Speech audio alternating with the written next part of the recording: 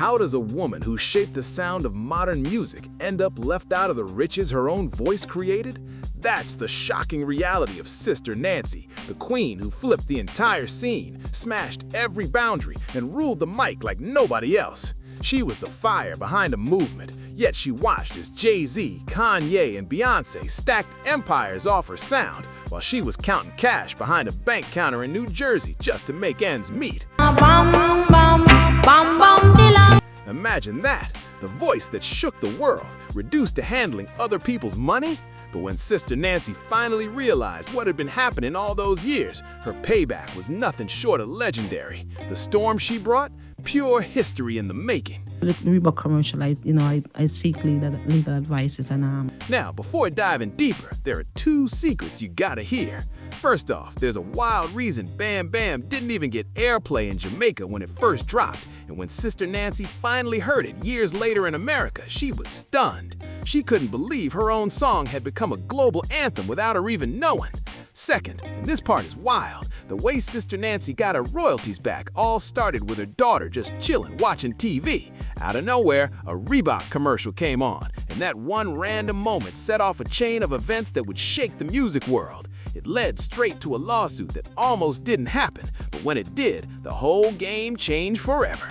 And trust me, the twist that hits halfway through this story, you're not ready for it. Work here, but I do a lot of work. I used to work in the bank, an accountant, 15 years, and I retired in 2016 because I have so much shows, I have so much work to do. Flashback to January 2nd, 1962, Kingston, Jamaica.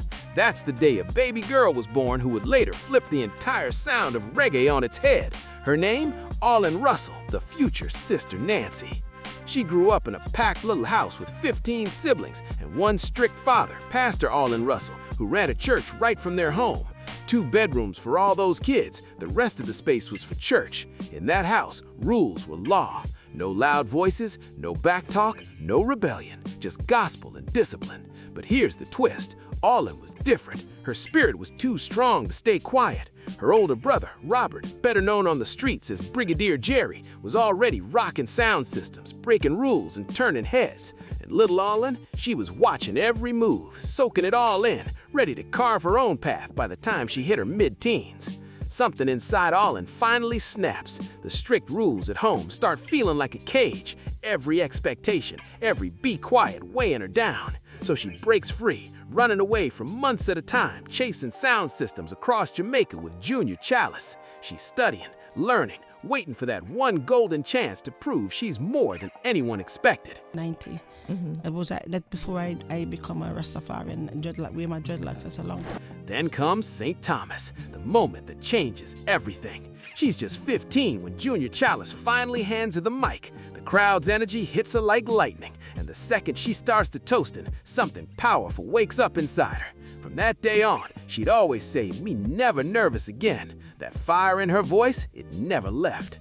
By 16, she made a choice. Music wasn't just a dream, it was her destiny. But that decision came with a heavy price, nearly shattering her relationship with her family, and that pain would haunt her for years. Now here's what most people never talk about. When Sister Nancy stepped into the dancehall scene, she wasn't just breaking into a male-dominated space. She was the only woman out there, the lone female voice in a sea of men who didn't want her there. Some booed, some yelled for her to drop the mic, and others swore she'd never make it. But Brigadier Jerry, he never left her side, always holding her down when the world tried to push her out. By 1976, Sister Nancy was officially in the game, spinning, DJing, and lighting up sound systems all across Jamaica. She linked up with crews like 12 Tribes of Israel, Aloha of Music, and even ran with General Echo for 3 years straight, sharpening her craft day and night. Every performance, every freestyle, she was leveling up, turning herself into a force nobody could ignore. But here's the wild part. She was doing it all for free. No pay, no deals, just pure passion and hunger. Sounds crazy, right? But that sacrifice was about to pay off big time because 1980 came knocking with destiny written all over it. That's when producer Winston Riley spotted something special in her, a spark nobody else had. He brought her into the studio, and just like that, her first single, Papa Dean, hit the streets. But here's the kicker. Not Winston Riley, not Brigadier Jerry, not even Sister Nancy herself had any clue what was coming next. By 1982, her world exploded with possibilities. She was in the studio non-stop, performing everywhere, breaking every rule in the book without even realizing she was making history. She became the first female DJ ever to perform at Reggae Sunsplash and the first Jamaican female DJ to take her sound international. What a moment! Her debut album finally dropped and it was pure fire. Track after track hit hard. Money Can't Buy Me Love, Transport Connection, and a collab with Yellow Man and John Mecca for a Purpose had the streets buzzing. She was on top of her game, the voice everyone wanted to hear. This is too much. This is too much. He said you should own the whole thing after so many years. I tell him I don't want the whole thing. I just want what is right for mine. But then came the twist that changed everything. Buried deep in the track list, sitting at number 10 out of 11 songs, was a little tune almost treated like an afterthought. Bam Bam. Nobody realized it yet, but that song would become the heartbeat of her entire legacy. And here's the secret most people never talk about. That one tiny detail about Bam Bam would end up shaping her whole life forever. At first, everything looked perfect. The Jah Love sound system went international, and Sister Nancy hit the big stage in 1982, making her UK debut with Brigadier Jerry at Brixton Town Hall in London. She was killing it. Touring, performing, living the dream, and working with top producer Henry Junjo Laws, the mastermind behind so many hits. But behind the flashing lights and cheering crowds, a nightmare was quietly unfolding. Beneath all that success, the money wasn't showing up. The world was vibing to her sound, but her pockets, empty. But here's the twist. Sister Nancy's voice was already everywhere, shaping music in ways she couldn't even imagine. She just didn't know it yet. As the late 80s rolled into the early 90s, she kept performing here and there, but something was shifting fast. The music scene was evolving, dancehall was transforming, and the fire that once drove her started to dim. After 14 years of grinding since 1-2 dropped, she made a life-changing decision. In 1996, Sister Nancy packed her bags, left Jamaica, and started over in New Jersey. She landed a regular 9-to-5 as an accountant at a bank. No spotlight, no stage lights, just numbers and ledgers. For 15 long years, she clocked in and clocked out, processing transactions and living a quiet, ordinary life while the rest of the world unknowingly vibed to her voice. Music, that was the past. Every now and then she'd hit a small stage, drop a set, and remind people who she was, but most of her focus was on surviving, not shining. In interviews, she'd say she wanted to give the next generation of female artists their turn, but that's not the full story. There's a deeper reason she stepped back from music, and it's nothing like what people think. Because while she was sitting behind that bank counter, Sister Nancy had no clue her voice was quietly building empires across the world. Bam Bam was spreading like wildfire, unstoppable, untouchable, and everywhere. By 1998, the song had already cemented itself in pop culture, and then came the legendary Hype Williams film, Belly. That iconic scene, the blue lights, the slow motion, the energy, and blasting in the background, Bam Bam. It was pure magic. Meanwhile, Sister Nancy was just at home in New Jersey, chilling, watching HBO like any regular night. Suddenly, her daughter shouted out recognizing the song, her own mom's voice on the TV. But before we get to what happened next, you need to understand something shocking about what went down behind the scenes. Remember Winston Riley, the same producer who first brought her into the studio? Well, he pulled a move that changed everything. He registered the Bam Bam copyright under his own name and under another name, Nancy White. Not All-In Russell, not Sister Nancy, a fake name that didn't even exist. He basically erased her from her own song and pocketed every royalty check that came with it. So when Sister Nancy saw Bam Bam in Belly and called Winston Riley, he told her, "Everything's all right, everything fine, I'm handling it." I born at a home that's like 2 bedrooms and the rest of the house is church. My father and mother always have a church. We're like Christian-minded people, Rastafarians, and God-fearing. She believed him, trusted him, but while she was sitting there believing everything was cool, the world was moving on without her. Her voice was everywhere. Criss Cross sampled it. Rihanna was performing it live. It showed up in commercials, skate videos, TV shows, and films. By the time 2014 hit, Bam Bam had been sampled over 80 times, her voice echoing across generations, while she hadn't earned a single dollar from it. At some point, Sister Nancy just stopped counting because Bam Bam was everywhere. Kanye West flipped it for his 2016 track Famous, and then Jay-Z dropped his own version in 2017 with Damian Marley, keeping the legacy alive. But Jay-Z's sample? That one was different, very different. Unlike everyone else, Jay-Z reached out personally. He didn't just take the sound, he honored it. He flew Sister Nancy out to Jamaica and made her part of the creative process. And when she finally walked into that studio to meet one of the biggest rappers on the planet, what happened next became pure legend.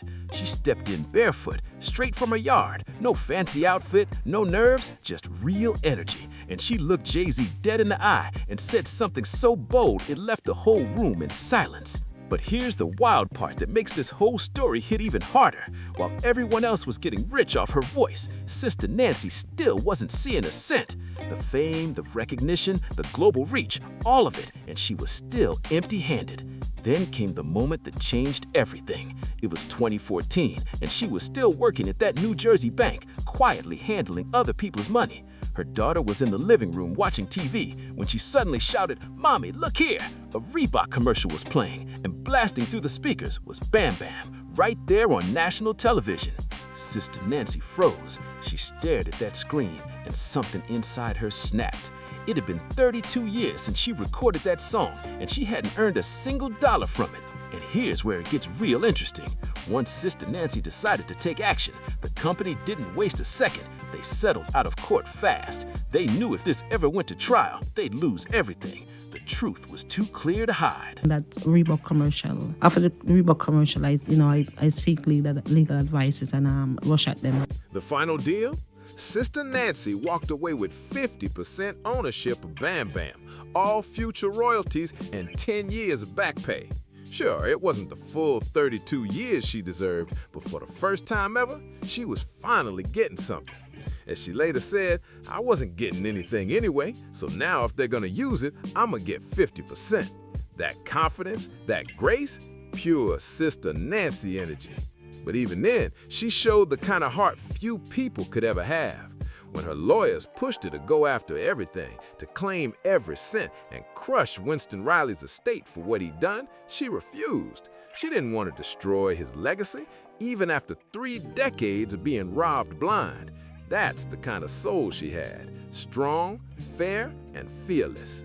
Then came the twist nobody saw coming. In 2016, Sister Nancy's real freedom finally arrived. After 15 long years of sitting behind that bank desk, counting other people's money, she walked in one last time and walked right back out for good. That was the day she quit, the day she finally started counting her own. My mother and father did not approve it as, I was born different and grow different from my brothers and sisters. We call it a roughneck. We grow like that. After walking out of that bank for the last time, Sister Nancy was done with counting other people's money. She was ready to count her own. She retired from accounting and jumped right back into music full time, reclaiming the stage that had always belonged to her. But here's the funny part. The same woman who used to balance books at a desk was now shaking stages around the world.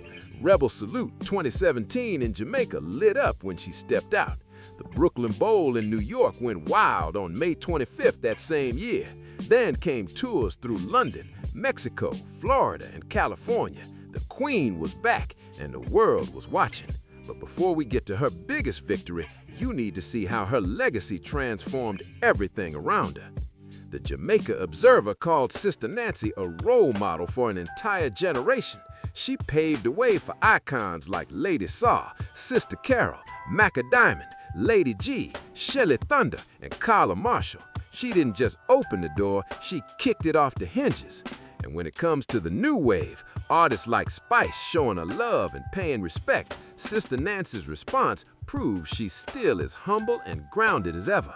As I said, when I started, and sometimes I go places, people boo me sometimes and say me put the mic down and all kind of thing. But, it never discouraged me. I say, I have my brother beside me still. And I said, I go through, but I am. I've been doing this since 1976. When it was just... At 63 years old, she performs with the same energy she had at 20, full of life, passion, and power. And just when it feels like her stories come full circle, August 2025 looms, and with it, Armageddon. In 2025, Sister Nancy did what nobody saw coming. She dropped her first full-length album over 20 years. The Queen was back, stronger and more iconic than ever. But that wasn't even the biggest win of the year, not by a long shot. Because in 2025, her 1982 debut album, 1-2, yes, the same one that started it all, finally hit the Billboard Reggae Albums chart for the first time ever. And get this, it didn't just sneak in, it landed at number 3. After 45 years, that record finally got the flowers it always deserved. To make it even sweeter, Sister Nancy became the only woman featured on Billboard's year-end Reggae Albums Artist chart, ranked at number 9. Decades later, the world finally caught up to what she knew all along. Her voice was timeless. But the biggest victory? Her story finally got told. Bam Bam, the Sister Nancy story. The powerful documentary about her life premiered at the Tribeca Film Festival, and the response was massive. Sold-out screenings, standing ovations, people coming back just to watch it again. The doc is set for wide release in 2026, and the buzz around it is electric. Now, Sister Nancy's living the life she always should have had. She moved from Paterson, New Jersey down to North Carolina to be closer to her daughter, and she's back on the road performing across the world, lighting up every stage like it's a first. And that song, Bam Bam, it's everywhere again. Featured in James Bond's No Time to Die 2021, and Netflix's Ozark, and in countless commercials. Even Jay-Z gave permission for his own footage to appear in her documentary. And Beyoncé, she calls Bam Bam her favorite track. She says she listens to it every day. Now that's legacy. The same song Jamaica brushed off back in 1982, Bam Bam, is now praised as one of the greatest reggae tracks ever created. The BBC calls it a global reggae anthem, and The Observer hails it as a true classic. The world finally caught up. The rhythm that once went unnoticed is now etched in music history forever. I'm the first one who started this. I'm the one who took it internationally. I'm the one who toured first, Sunsplash. I'm the first woman DJ who do all of them things. And how does Sister Nancy feel about it all now? At 63 years old, she's still out here breaking barriers, still performing with fire, still fighting for what's hers. Her story isn't just music history, it's a blueprint. She's become a living lesson for every artist, especially women in dancehall, showing them the power of owning their work and protecting their name. As she proudly says, "If it's mine, I am going to fight for it." While her exact net worth isn't public, her wealth goes way beyond money. It's in her legacy, her victories, her voice. She's earned through her music, live shows, and licensing deals. But what she truly gained can't be measured in numbers. From a rebellious teenager who ran from a strict home to the first ever female dancehall DJ to perform at Reggae Sunsplash, to a woman who went toe-to-toe with the music industry and won. Sister Nancy's journey is living proof of one powerful truth the industry doesn't like to admit. Real talent never dies, it just waits for its moment. They'll try to silence you, they'll take what's yours, twist it, and make you believe you don't deserve a thing. But if you stand your ground, if you refuse to stay quiet, you can take back everything. Sister Nancy proved that power isn't just in fame or money, it's in truth. She didn't just record Bam Bam, she created a legacy that broke every barrier built to keep her down. Her story isn't just about music, it's about justice, resilience, and a woman who turned pain into purpose. For 32 years, the world danced to her voice without paying her a dime, but she never lost faith in what was hers. And when she finally got the recognition she deserved, she didn't just win for herself, she won for every artist who's ever been robbed of their credit, their royalties, their respect. Sister Nancy became more than a pioneer. She became a revolution wrapped in rhythm. Her journey reminds the world that your voice matters, even if it takes decades for people to finally hear it. She taught us that no system, no industry, no betrayal can bury real talent forever. So, if this story gave you chills, let's keep her message alive. Drop your thoughts in the comments. What do you think about Sister Nancy's comeback? Hit that like button, subscribe for more untold stories of artists who fought back against the industry. And don't forget to share this video so the world never forgets the queen who refused to be silenced.